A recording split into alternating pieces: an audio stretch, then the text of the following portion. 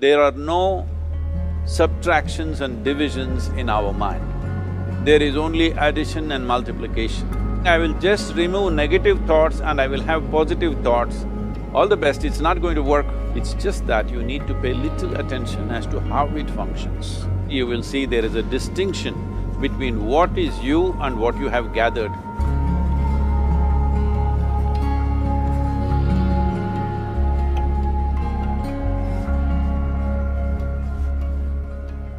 Well, see the way the question is asked and also the way normally it's addressed is, people think there is something called as negative thought and positive thought. They want to remove the negative thoughts and have only positive thoughts. For such people, I would ask them to just experiment for 10-15 seconds. Let them forcefully remove one thought from their mind. For example, next 10 seconds, just don't think of a monkey. Try not to think of a monkey for next 10 seconds. You will see you will be full of monkeys. So what I'm saying is, this is the nature of your mind, because in this mind, all the three pedals are throttle. There is no brake, there is no clutch. Whatever you touch, it will only go faster. In this kind of mind, people have been taught from moral teachers and religious teachers, do not think about bad things. Well, since then it's been a full-time job. So there is no way you can handle the mind like this. This doesn't need any great enlightenment. If you spend 2 minutes with your eyes closed, you will realize you cannot do anything forcefully with this mind. So, I want to remove negative thoughts. Do not ever go in this direction, because what you want to remove will become your quality. Always you will be on it. So what should I do? The thing is this, without understanding the fundamental mechanism of this mind, because our mind, human mind, is the most sophisticated computer on the planet. Even all the supercomputers have come out of this. When this is the case, is it not important that we understand the mechanics of how it functions? One simplistic aspect of how it functions is, there are no subtractions and divisions in our mind. There is only addition and multiplication. If you try to do something with it, it will say one more. If you try hard, it will multiply into many more. In this mind, you don't try to identify what is positive, what is negative and try to remove it. First of all, one needs to understand, this mind of yours, this body of yours is supposed to serve you. The life that you are is important. Body and mind are vehicles that must serve us. If you sit in a vehicle, it must go where you want to go. If it goes to its own destination, what is the point of such a vehicle? It's just a nuisance. Right now, most human beings are unfortunately experiencing this fantastic possibility of human mind as a nuisance, as a troublesome thing. Well, this is the most beautiful thing you have. It's just that you need to pay little attention as to how it functions. One simple thing is this.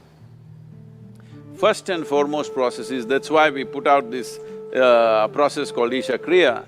This is to distance yourself from your physiological and psychological process.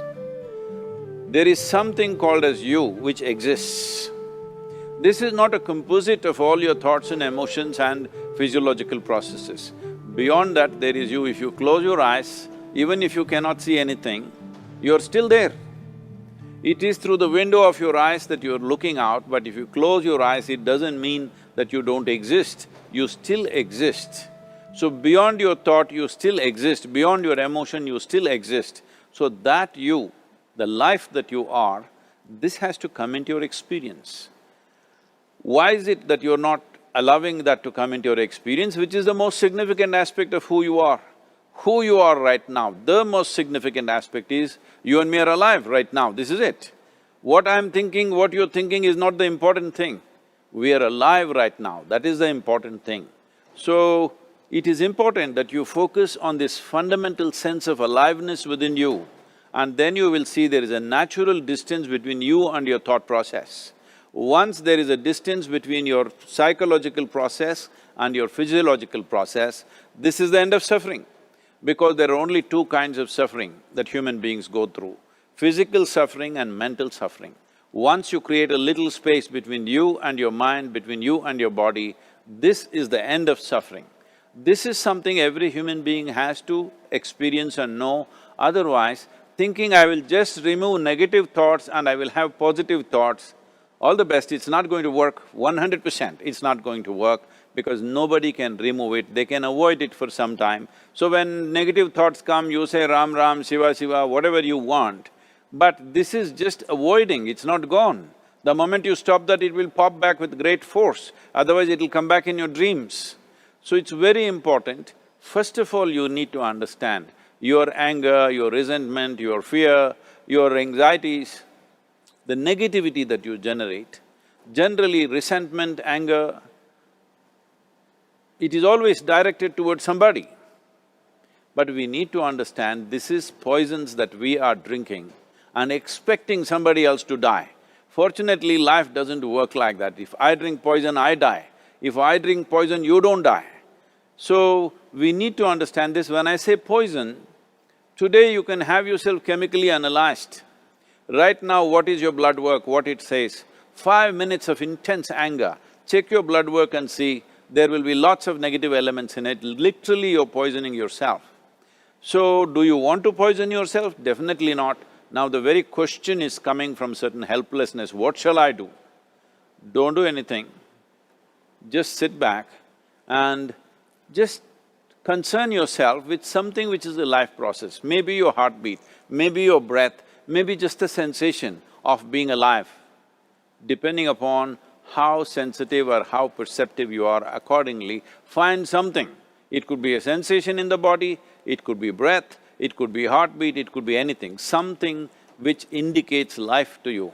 Just pay attention to that for some time. Slowly you will see there is a distinction between what is you and what you have gathered, which includes both your physiological and psychological possibility or mess, whatever you made out of it.